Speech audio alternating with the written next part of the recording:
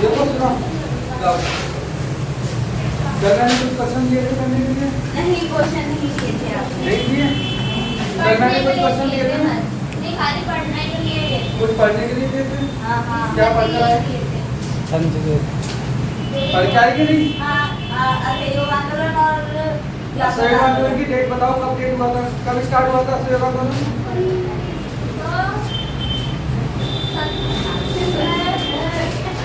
असहयोग आंदोलन कब स्टार्ट हुआ? क्यों? रीजन बताओ।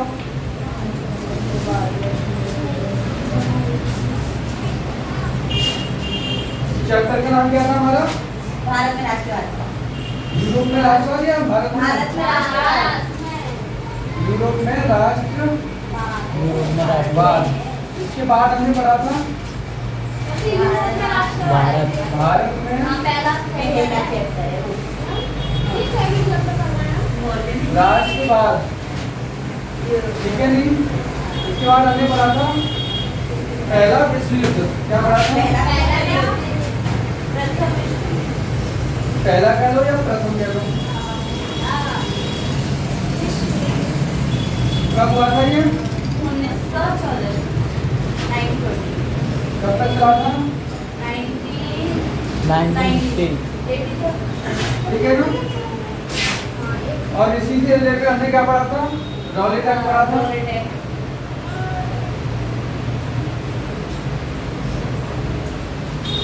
और फिर इसके बाद हमने क्या पढ़ा था? खिलाफत आंदोलन पढ़ा था। असहयोग आंदोलन। ठीक है ना? खिलाफत आंदोलन के बाद पढ़ा था हमने असहयोग आंदोलन। यहाँ तक हम पढ़ चुके थे। कोई डाउट? कोई परेशानी? बताओ किसी को कोई डाउट हो तो। यहाँ तक हमने पढ़ लिया था ना सब? ठीक है ना? इसके बाद हेडिंग क्या है?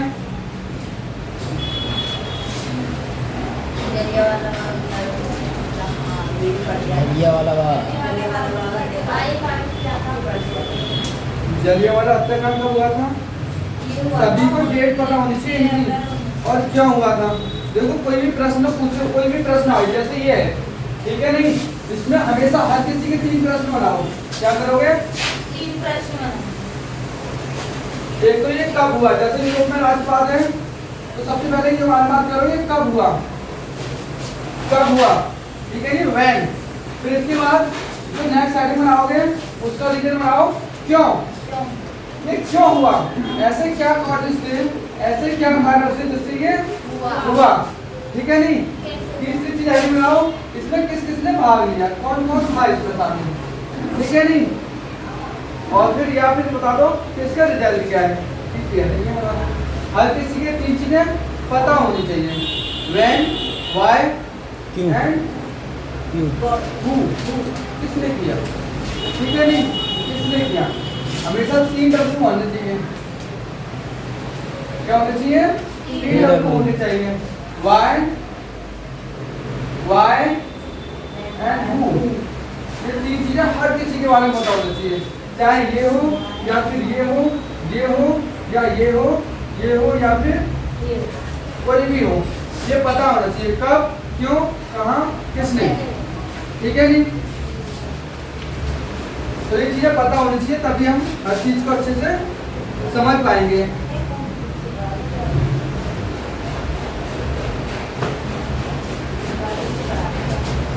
ठीक है नहीं?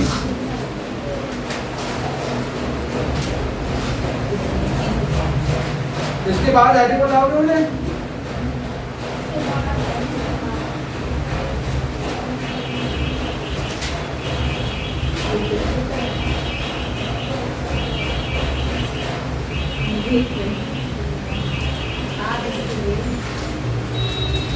बताओ इसके बाद कोई हेडिंग हो तो।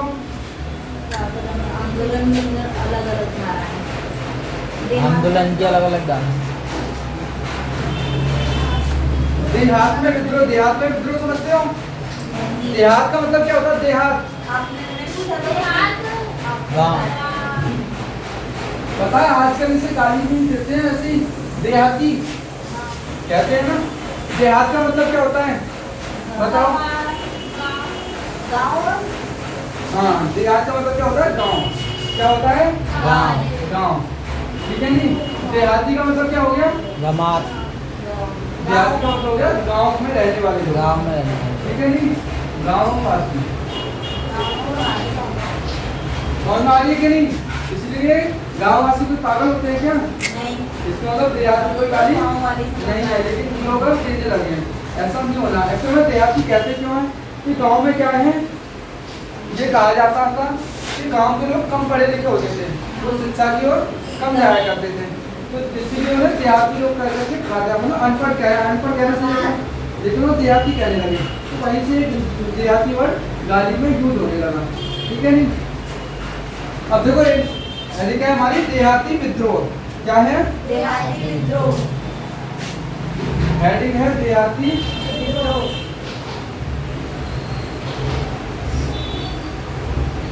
विद्रोह। बताओ देहाती का मतलब समझ में आ गया? विद्रोह मतलब यानी कि किसी का विद्रोह करना। ओ, करना। हाँ, विद्रोह किसे बोलते हैं? हम किसी की बात नहीं मानते और किसी का साथ देना। किसी बात की खिलाफ जाना। किसी बात के खिलाफ जाना। हाँ जी, यूँ कह सकते हो। इसका मतलब एक ही सिंपल सा है। विद्रोह का मतलब है हम किसी की बात को नहीं मान रहे। ठीक है जी? उसके खिलाफ उससे क्या है? विद्रोह विद्रोह कर रहे हैं। ठीक है ना? तो क्या है? देहाती विद्रोह। जो गांववासी थे, जो गांव में रहने वाले थे, उन्होंने क्या किया? अंग्रेजों की जो भी फरमान था, जो भी बातें थी, उनके मानने से इनकार कर दिया, और इस वजह से वो क्या कहलाए? देहाती विद्रोह देहाती कहलाए। विद्रोह। शहरों में असहयोग आंदोलन ग्रामीण क्षेत्रों में फैल गया है। अवध में किसानों का नेतृत्व बाबा रामचंद्र कर रहे हैं। बाबा रामचंद्र फिजी में गिरफ्तिया मजदूर के रूप में काम कर चुके हैं। अब किसानों का आंदोलन अत्यधिक राजस्व वसूल करने वाले जमींदारों के विरुद्ध था। इस आंदोलन में लगान कम करने, बेकार खत्म करने और दमनकारी जमींदारों का बहिष्कार करने की मांग की गई है। कई जगहों पर जमींदारों को नई नई धोबी की सुविधाओं से वंचित करने के लिए पंचायतों ने नई नई धोबी बंद का आदेश दिया। बात समझ में आ गई? ये जो गाँववासी लोग थे वो विद्रोह क्यों कर रहे थे? सबसे मेन चीज क्या थी उनकी कि वो जो जमींदार लोग थे क्या करते थे? किसानों पर बहुत सारे अत्याचार करते थे, और ना कि किसानों पर बल्कि ग्रामीण लोगों पर भी विभिन्न प्रकार के अत्याचार को क्या करते थे। अत्याचार कैसे थे? जैसे लगान लगाना। लगान जानते हो भाई? टैक्स वगैरह से होता है। ठीक है? लगान लगाना। और इसके साथ साथ दूसरी चीज क्या है? मजदूरी करवाना। वो भी मजदूरी कैसी कराएंगे? वो खेतों में। बेकारी, मतलब बगैर पैसे के। कौन आएगी? नहीं, बगैर पैसे के कोई किसी से काम करा ली जाए उसे कहते हैं बेगारी मजदूरी। बेगारी। इसका मतलब क्या? पैसा नहीं मिलता उसे। बात समझ में आ रही नहीं? वो इन्हों के खिलाफ थे। विद्रोह क्या हुआ बताओ? किसी की बात के खिलाफ क्या करना, किसी की बात देहाती विद्रोह क्यों हुआ? नंबर एक, वो जमींदारों के खिलाफ थे, क्योंकि जमींदारों पर लगान लगाते थे और बेगारी मजदूरी कराते थे। हाँ भैया, धुंधला आ रहा, धुंधला धुंधला। बेगारी मजदूरी कराते थे। बात समझ में आ गई? और इसके साथ साथ धोबी जगह जानते हो? यहाँ पर कपड़े धुलते हैं, ऐसी जगह थी। तो वहां पर क्या हुआ? लोगों ने, जो सरकार जो थी वहां पर कई तरीके के पाबंद लगा दिए थे, तो उसके एवज में भी या फिर उसके विरोध में भी देहाती विद्रोह शुरू हुआ। बात समझ में आ गई?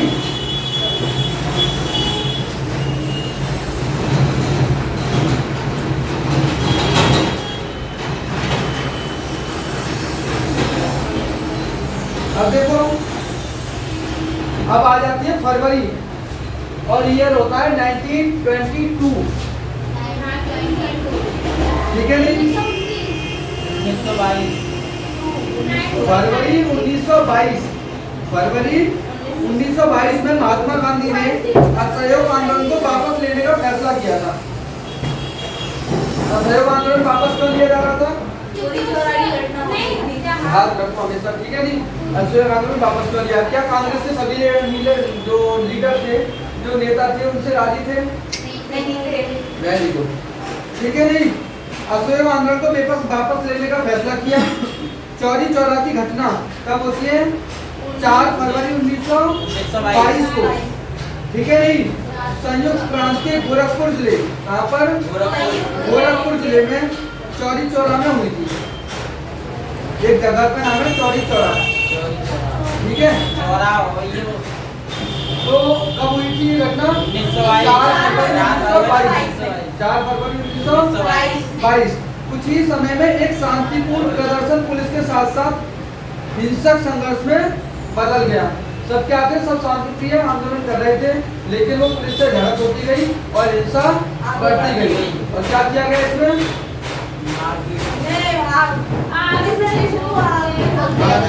जिसमें 23 पुलिसकर्मियों को हत्या की गई। गांधी जी ने महसूस किया कि सामूहिक संघर्षों के लिए तैयार होने से पहले उन्हें सत्याग्रहियों को प्रशिक्षित करने की जरूरत है। महात्मा गांधी जी ने असहयोग आंदोलन को रोक दिया, ठीक है नहीं। मैंने तुम्हें जो कल जो समझाया था, इसमें कई सारे स्टैंड समझाए थे कि इस राइटर, ये जो इतिहासकार है वो ये कह रहे हैं, ये इतिहासकार ये कह रहे हैं। यही तुम इसको कंप्लीट गाइड को, कंप्लीट कोर्स को पढ़ोगे तो इसमें क्या कहा गया है? उन्हें क्या लगा है कि जो हम सामूहिक क्या कर रहे हैं? सामूहिक आंदोलन कर रहे हैं। क्या कर रहे हैं? सामूहिक आंदोलन कर रहे हैं। तो हमें इसके लिए सबसे पहले जो आंदोलन में शामिल हो रहे हैं उन्हें क्या प्रशिक्षित करने की जरूरत है। प्रशिक्षित बोले तो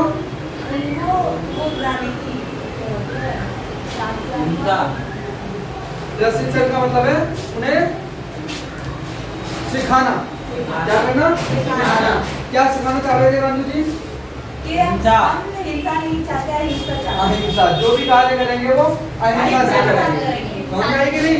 वो इधर प्रशिक्षण करना चाह रहे थे। हमें कितना भी क्रोध आए, गुस्सा कितना भी आए, लेकिन हमें हिंसा नहीं करनी चाहिए। बात समझ में आई कि नहीं?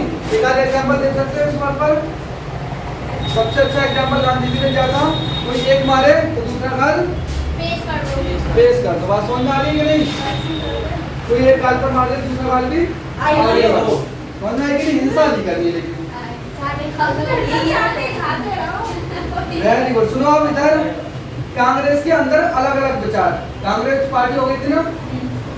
Very good.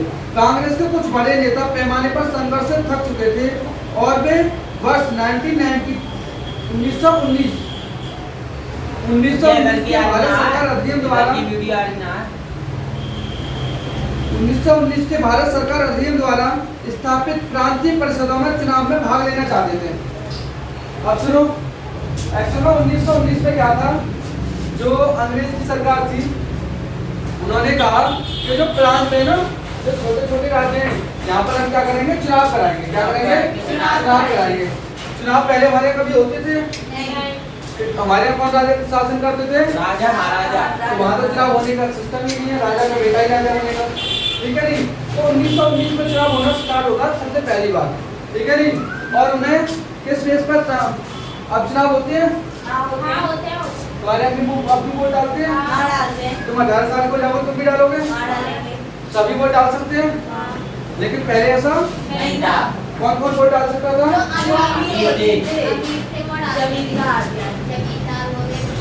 अमीर हो, लेकिन वो सरकार को टैक्स न दे रहे हो तो। चलो सुनो, हमारा साइमन कमीशन आ चुका था। साइमन कमीशन किस लिए आया था? वो ये देखने आया था कि अंग्रेजों यहाँ की वैधानिक व्यवस्था कैसी है। इसके बाद क्या आता है? Simon commission. Simon commission.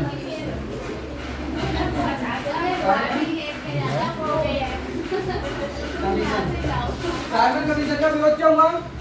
क्योंकि इसमें सारे लोग अंग्रेज थे, ठीक है नहीं। इसलिए क्या कहा गया? Go back, go back, go back, go back. ठीक है नहीं। अब बात आती है 1930 सब दिख रहा था, बढ़ाना पड़ेगा। एक्चुअल में साइमन कमीशन से रिपोर्ट दी थी ना। साइमन कमीशन ने जैसी रिपोर्ट दी, बस ये तो ये कट गया। इसलिए क्या कहा गया? इसलिए कहा कि साइमन कमीशन ने कहा कि जो अंग्रेज की सरकार जो चल रही है ना भारत में, बहुत अच्छी सरकार चल रही है, वो वहाँ के लोगों को सभ्य बना रही है। सभ्य समझते हो? अच्छा सभ्य का मतलब है पढ़ा लिखा, तहजीब, तमीज वाला, ठीक है नहीं? इसका मतलब क्या था, जो भारत के लोग थे उनके पास तहजीब व तमीज नहीं थी, थे? नहीं थे। हकीकत में, लेकिन इस पर भी इतिहासकार विभिन्न प्रकार की राय देते हैं। तो कहते हैं वाकई ऐसी थी, छोटी सी उम्र में लड़के और लड़कियों की शादी करा देना, हाँ 12 साल में ही। ठीक है नहीं? और तो और सती प्रथा, यदि एक लड़की का पति मर जाए, एक लड़की का पति मर जाए तो उसे उसकी चिता के साथ जला देना। हाँ हाँ ऐसे ही है, ऐसे ही है, ऐसे ही है। यदि और तो और यदि कोई भी किसी पंडित और अंधविश्वास पर विश्वास ज्यादा करना, एक इतिहासकार का नाम नहीं पता मुझे, वो कह रहे थे कि मैं जब भारत गया तो बाहर एक जगह भीड़ लगी हुई थी और एक खेल दिखा रहा था हम लोग, ठीक है नहीं? उसने पाखंडी कहकर बुलाया है, पाखंडी एक खेल दिखा रहा था, वहां पर तो बहुत ज्यादा इकट्ठे थे, किसी का हाथ में थैला तो किसी का हाथ में कुछ। एक से मैंने पूछा भाई क्यों खड़े हो? खेल देखने। कहा किस लिए आए थे? कि बाजार जा रहा हूँ सब्जी लेने के लिए। समझ रहे हो नहीं? उसने कहा गाँव जो भारत के लोग हैं इतने बेवकूफ हैं कि उन्हें खुद नहीं पता वो क्या करने जा रहे हैं और क्या करना चाहिए। नहीं तो ऐसी साइमन कमीशन ने क्या कहा कि वहाँ के लोग सभ्य नहीं है, वहाँ के लोग पढ़े लिखे नहीं है, वहाँ के लोग कुछ जानते नहीं है, अनपढ़ है, तो हम क्या कर रहे हैं? सभ्य सिखा रहे हैं, तहसील सिखा रहे हैं, तमीज सिखा रहे हैं। बात समझ में आ गई? तो वहाँ की सरकार बहुत अच्छे से कार्य कर रही है। किसने कहा? साइमन कमीशन ने। अब इसी बात पर और भी कई तरह की और कई प्रकार की चीजें हुई, जिससे कि 1930 में गांधी जी ने 1930 में गांधी जी ने फिर स्टार्ट किया सविनय आंदोलन, अवज्ञा आंदोलन। इसका मतलब समझ लो, इसका मतलब क्या है? सविनय का मतलब क्या था? सविनय का मतलब होता है गुजारिश करना। अवज्ञा मतलब जो आ गया है उसको तोड़ना, आंदोलन मतलब तोड़ना, असहमति करना। तो गांधी जी ने क्या कहा? हम तुम्हारी बात भी नहीं मानेंगे, लेकिन कैसे नहीं मानेंगे? उसने कहा ऐसा है, ये ऐसे करो, माफ करो, अन्याय की नहीं, कि कानून नमक कानून मत तोड़ो, माफ करें, हम नमक जरूर बनाएंगे, ठीक है नहीं?